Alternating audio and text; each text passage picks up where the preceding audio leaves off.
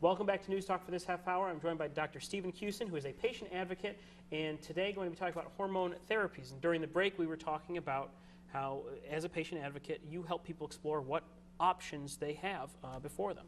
And hormone replacement therapy for women who are postmenopausal is always a tough topic. When I wrote the book, my book, I have a lot on PSAs and mammograms and cardiac screening. And I did the research on hormones, and I threw it all away. There was too much confusion, conflicting data, and there was just no understanding it. And at the Shared Decision Center, I'm seeing a lot of women who are on hormones, and I just don't know if it's a good idea for them. This week, the U.S. Preventive Task Force Service came out and said, for chronic use, no. For hot flashes, we guys don't get it, but hot flashes for women are debilitating. And estrogens are terrific for that. And a woman can be on that for a year, or 2, or even 3 and taper off it. But there are a lot of women who take it with the idea that it's going to prevent heart attacks, strokes, Alzheimer's, prevent cancer, and it turns out it's just the opposite. The U.S. Preventive Task Force Service said more strokes, more dementia, more Alzheimer's, more breast cancer deaths, more gallbladder disease, and more bladder leaking in women who take chronic estrogens. And people, as we were talking about what you do as a patient advocate, a lot of people will go to their doctor, let's say a woman who goes and gets diagnosed and is told you need to go on hormone therapy. That may be, again, we're not trying to generalize with every doctor, but that may be all they're told, and they may not know that they have other options out there. Most women probably go on hormone therapy for the hot flashes. And when it's time to get off it, I mean, most women can do it in a year or 2. Many stay on because the doctors say it's a great idea because that was the general thinking. And there were people who supported it. Doctors have a hard time finding reliable places to get information. And sometimes they don't have it, sometimes they don't listen to it. But patients can get it. All the patient has to do today is just Google U.S. Task Force app, and they can download the app on their smartphone and look at all the recommendations from the task force. Is it hard to in your field, change a mindset? Because it gets so ingrained in people over the years, we've been told to do this for X amount of time.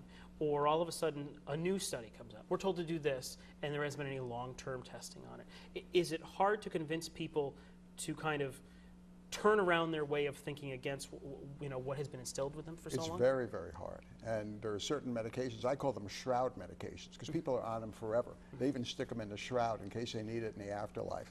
People are stuck with certain drugs forever, and they won't get off them, and their doctors are afraid to get them off them.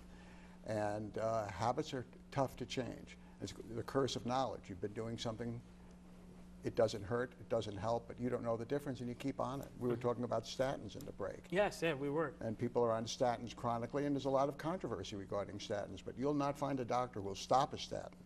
They may not start it, but if they get a patient who's on it, they're not going to take the chance.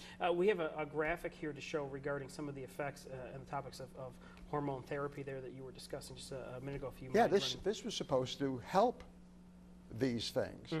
And if it did, I'd probably pop some estrogens myself. I mean, that's a big deal, list of terrible diseases.